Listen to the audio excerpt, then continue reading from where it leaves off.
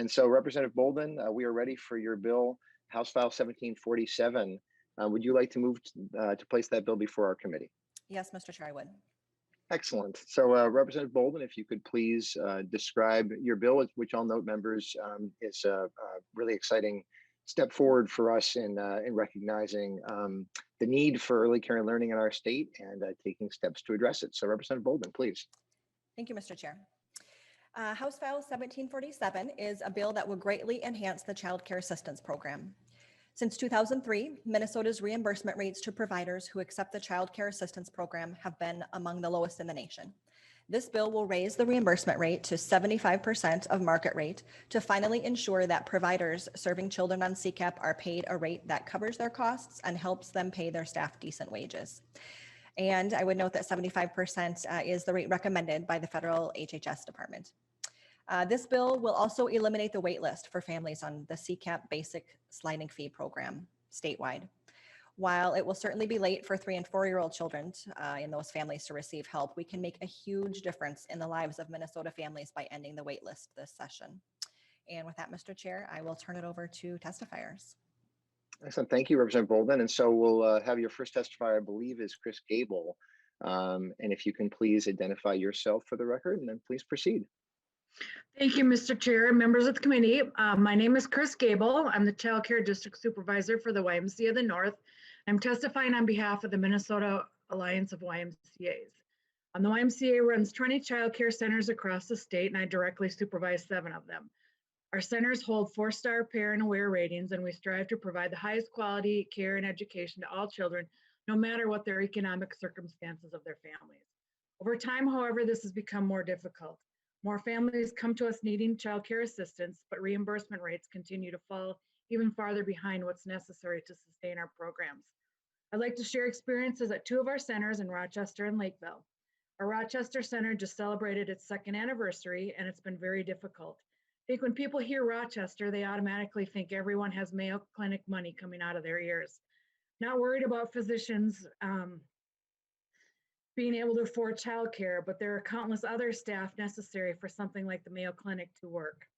Parents come to us seeking quality childcare so that they can report to essential support jobs in maintenance, nutrition services, and other hospital support. Even those lucky enough to receive childcare assistance see the gap between what their reimbursement rate pays and our actual tuition, and know they can't make up the difference. Time and again, parents say they feel like they have no option but to stay home. While we talk about a childcare crisis, in reality, our childcare center has classrooms ready and waiting to serve children, and did even before the pandemic. The issue is not that there are not enough children to fill the classrooms, it's that parents who need the care can't afford to access it. Communities are changing, and we need to change with them. Lakeville was one of the fastest growing cities in Minnesota for much of the last decade.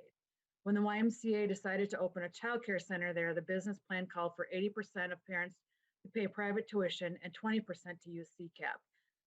By the time our doors opened and we started enrolling, we were shocked to see the business plan play out in reverse. 20% of the parents seeking care could pay privately, while 80% of our demand came from parents using CCAP. Knowing what you know about how low Minnesota reimbursement rates are, imagine what that did to our financial outlook.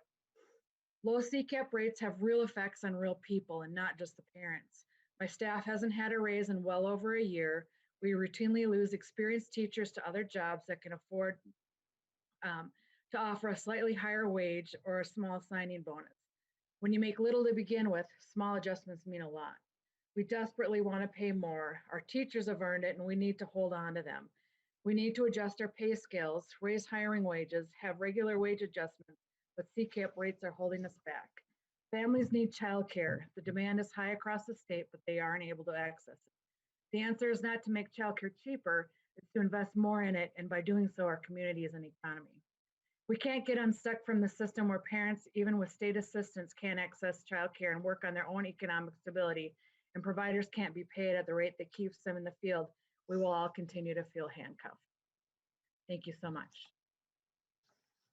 Thank you very much for your testimony and for your work for kids. And I'm just looking to see, I've got the next testifier, Liz Harris. If you can please identify yourself for the record and proceed. Sorry. Yep. Thank you, Chair Pinto. And Chair Pinto and members, my name is Liz Harris. I'm a family child care provider in Cottage Grove, a former member of the Minnesota State Family Child Care Task Force, and a member of Main Street Alliance. The child care system in Minnesota is broken. The cost of providing child care as well as rates charged to parents have soared in the past 2 decades, but the CCAP rates have not kept pace. I have not participated in the CCAP as my business would have lost money. As a former Treasury analyst of 7 years at a Fortune 100 company, I am good with money and budgets. Participating in CCAP simply did not make business sense for my family and business. This is why I never participated. But raising the reimbursement rate to the 75th percentile would be a game changer. I could make those numbers work for my business. I know I'm not alone. By raising the CCAP reimbursement rate and eliminating the waiting list, it would entice more providers like me to participate in the program, expanding choices for parents who use it. It may also attract new providers into the field, as they could also make the numbers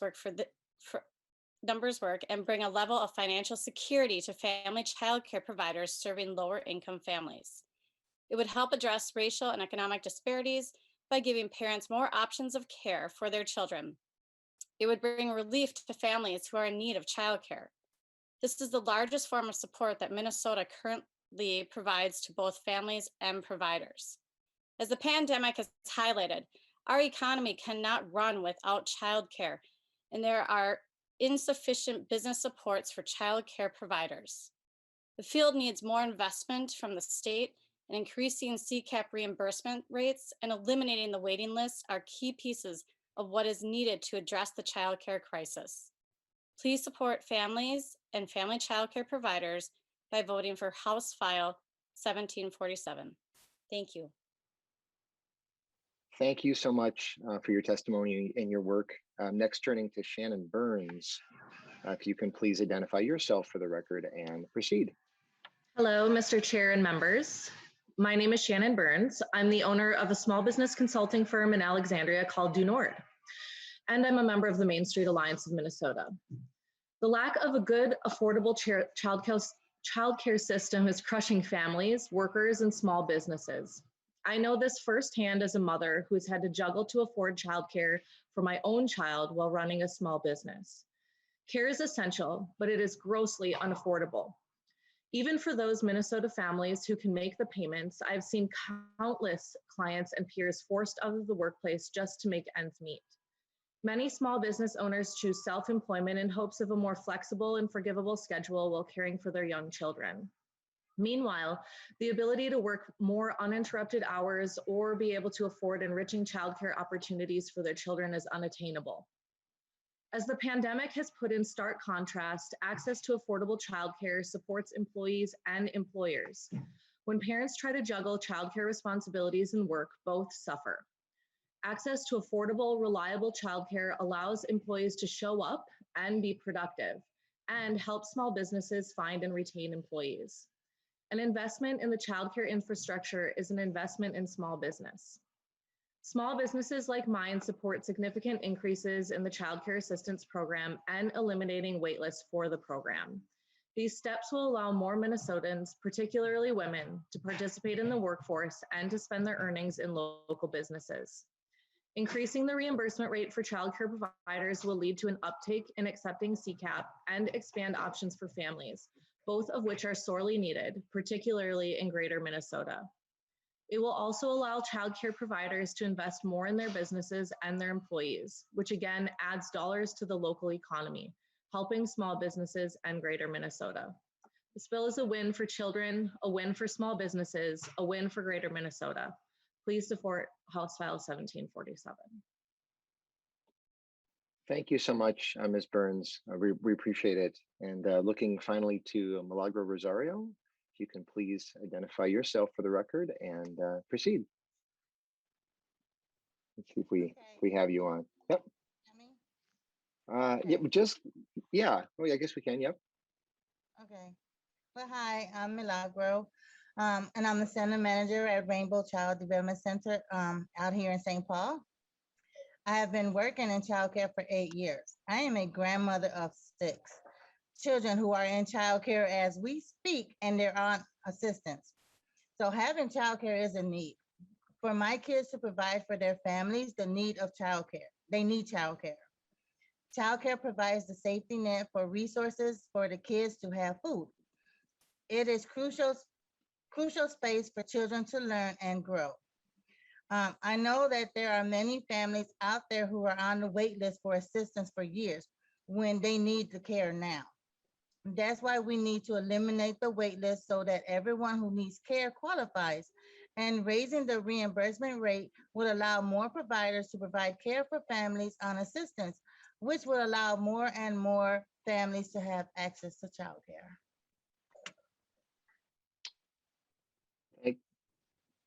Thank you so much. Thank you so much for sharing those comments. I think Representative Boldon, that's it in terms of testifiers from you. Yep, I see you nodding. And so we'll move to member questions and comments.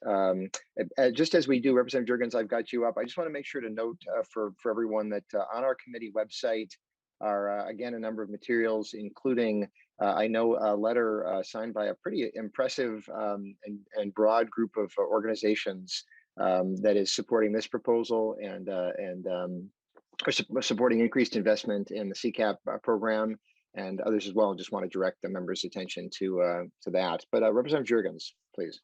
Thank you, Mr. Chair. And I'm not sure if I missed it. I'm looking in the bill language. I don't see an appropriation amount, and I don't see a fiscal analysis. Was that covered in the testimony? Did I miss it? What's the cost of this, or would be the cost to the program with this change? Yeah, thank you, Representative Jurgens. And I know, and I'll call on Mr. Berg in a second. I want to make sure to note just that given the way things are right now, I know there's quite a backup in terms of fiscal note request to DHS, and I think that this is still awaiting that. But Mr. Berg, if you could please comment. Mr. Chair, Representative Jurgens, that's exactly correct what the chair mentioned. There is a pending fiscal note request on this. It has not been completed yet. The DHS is extremely backed up with fiscal note requests, and as soon as we have it, I'll provide it to the committee staff to distribute. And Mr. Chair, Representative Jurgens. Yeah, please. Could you remind us what's the path for this bill today? And Representative Jurgens, so this bill is being laid over for possible inclusion in our committee's budget bill. It won't need to go any place else. We have jurisdiction over the accounts covered here. And so by the time we will do our committee's budget bill, we should then by that point have a sense. I think we can recognize that it'll be a substantial investment, recognizing that right now we're at the 25th percentile. And this would get us to the federal standard being the 75th percentile. But as far as, so we'll be simply laying it over today. And so we'll have a sense of it before we would include it in some form of it in the budget bill. Representative Jurgens. No, that's it. No further questions. Thank you, Mr. Chair. Okay, good. Thank you. So we'll go to Representative Pryor. I've got Lee Franson as well. Representative Pryor. Thank you, Mr. Chair. And well, thank you, Representative Boldon, for bringing this proposal forward, because I think we're kind of pulling everything together that we did at the beginning of this committee's work, and actually last biennium too, when we pulled together data about the importance of nurturing and early childhood, the importance of parents working and having a place where their children can be taken care of and is safe and reliable and in a nurturing setting. But then also how important the people's, their work is, and being able to be a participant in the workforce is to our economy. And that, we've said this before in this committee, childcare is a part of our infrastructure in Minnesota. It's necessary, it's essential to have a workforce that can participate in the economy.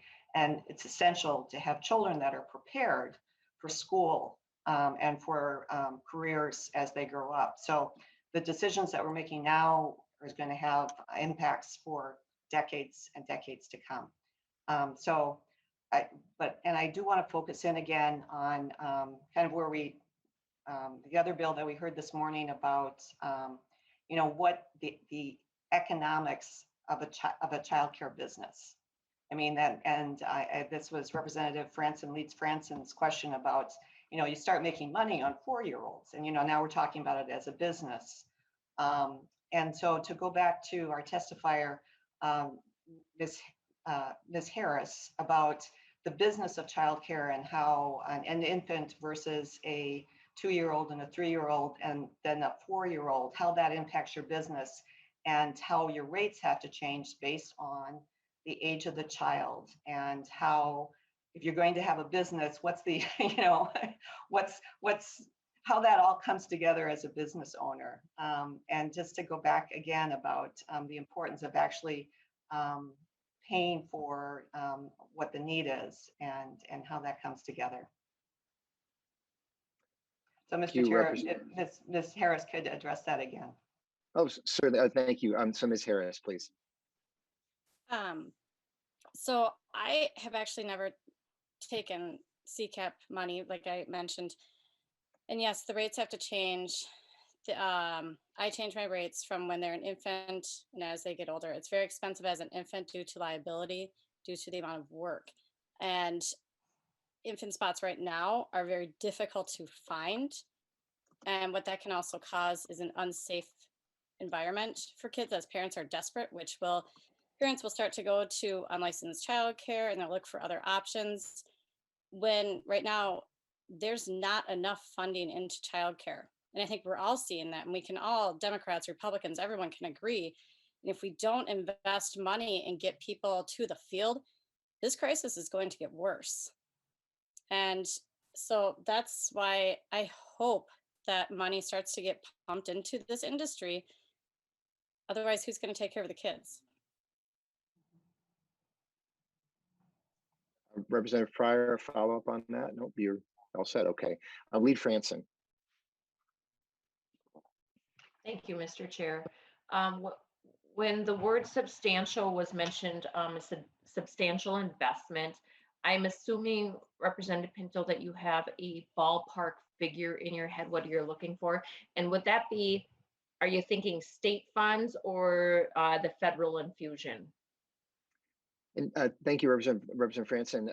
I don't have a real good sense, and I know if we're going from the 25th percentile to the 75th, that'll be, I guess we're going to get the number right soon enough. But my thinking is that we recognize that this is an industry, and we've really heard this in a sector. We've heard this over the past couple of months, where the economics just don't work, right? Where parents are paying a huge amount and providers are getting paid so little. We've heard, these incredible statistics about, a quarter of providers struggling with food insecurity for their own families, and a third being on public assistance, et cetera. And so certainly, our committee, of course, is working with state dollars, and so I would expect that it's going to require state funding, certainly, as one of the resources. But as far as sort of a sense of things, I guess I figure we're going to know soon enough, and before we'll have to make final decisions as a committee, and we'll have those numbers in place.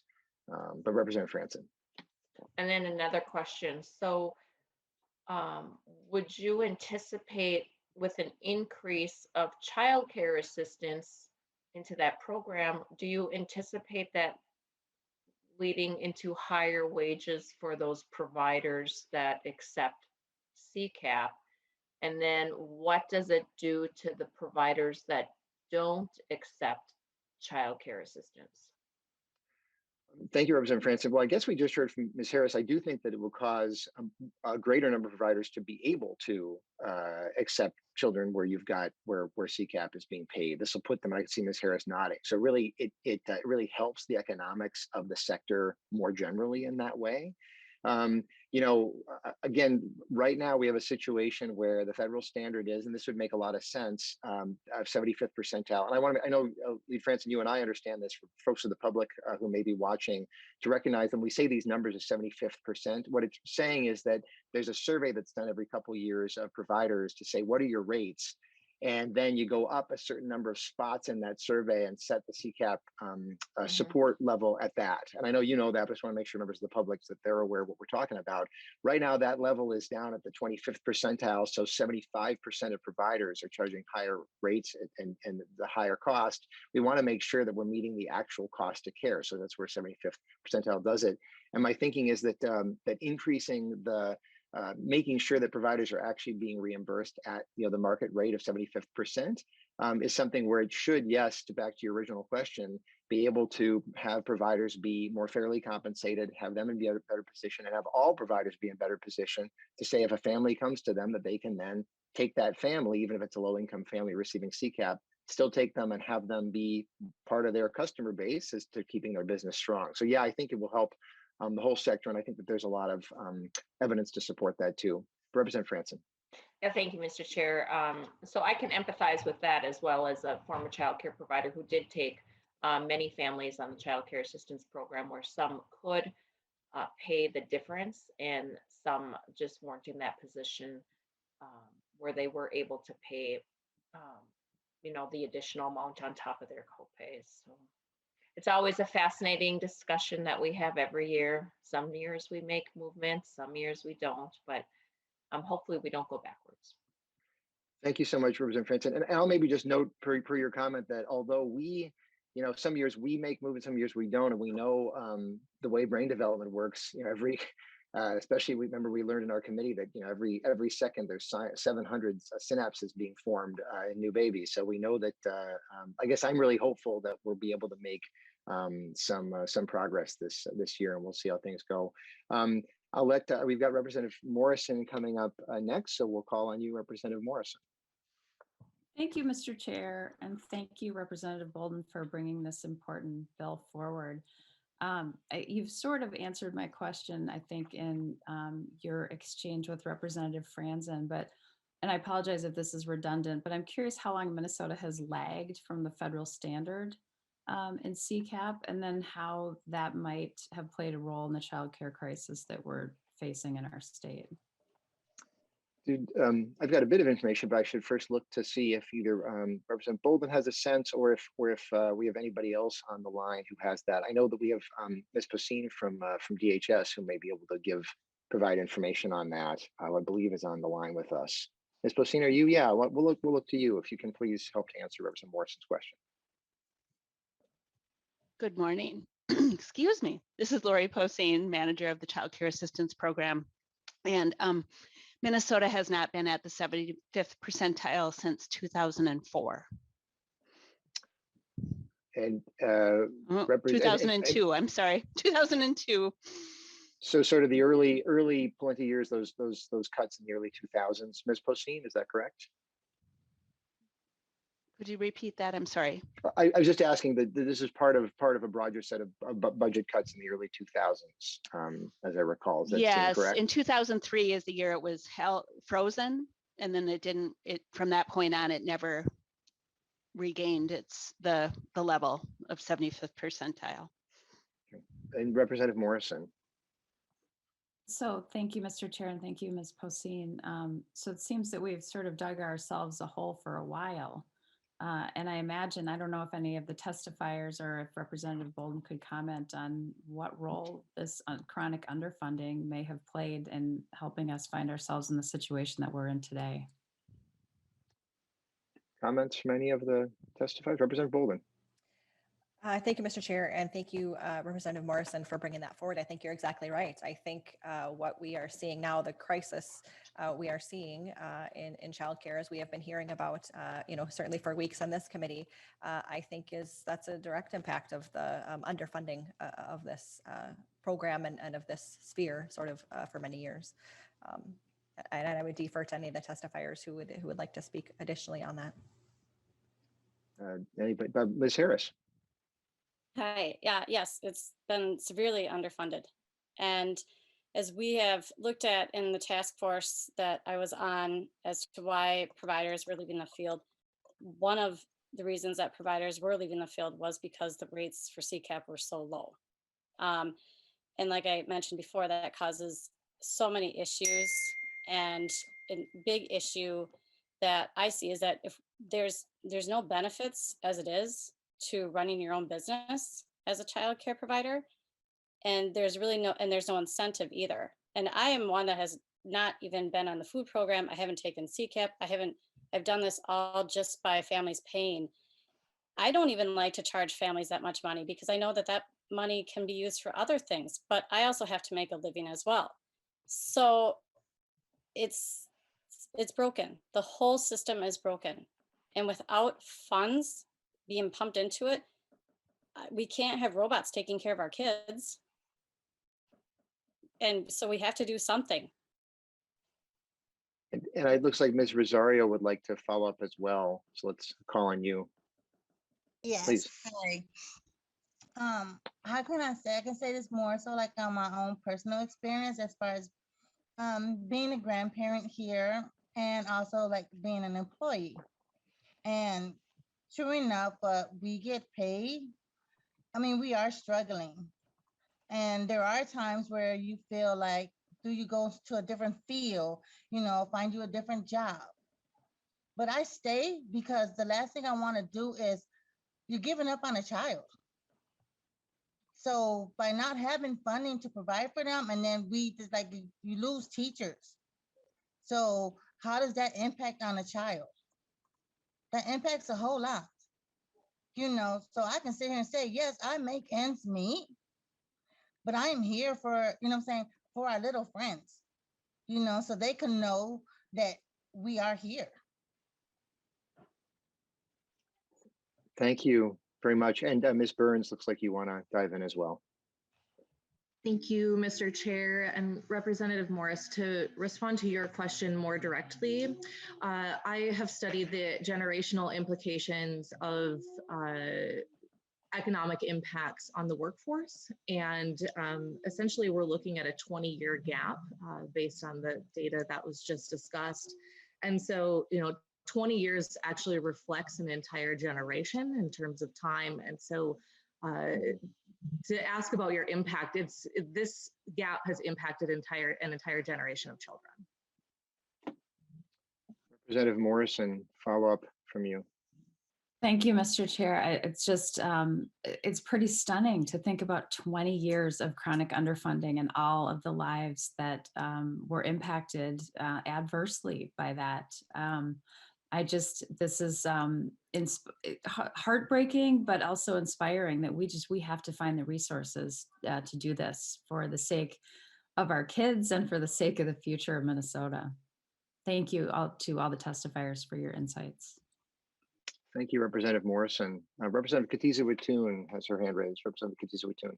Thank you, Mr. Chair. And I am having some audio issues this morning, so a lot of what I wanted to contribute has been mentioned already, but I did want to highlight what Ms. Rosario just said about being here for the kids. And, we know that the turnover in the childcare industry is so high, and especially at an age when these children are really looking to build relationships and learn and make these brain connections. I think that making in this industry such that someone can stay and build those relationships and be there for our little friends, as Mr. Rosario just said.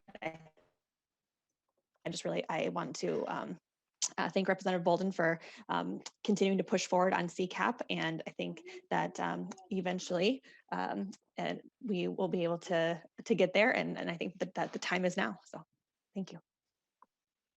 Thank you, Representative Katiza-Watoon. We've been talking about the 75th percentile. I'm looking for other hands, but just going to make a comment and ask a question myself. We've been talking about the 75th percentile issue.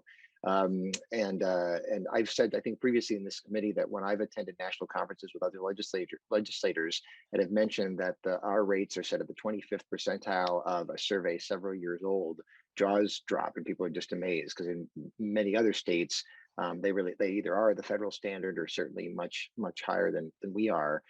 So that's one important component of this bill. But another important component is to forecast the program.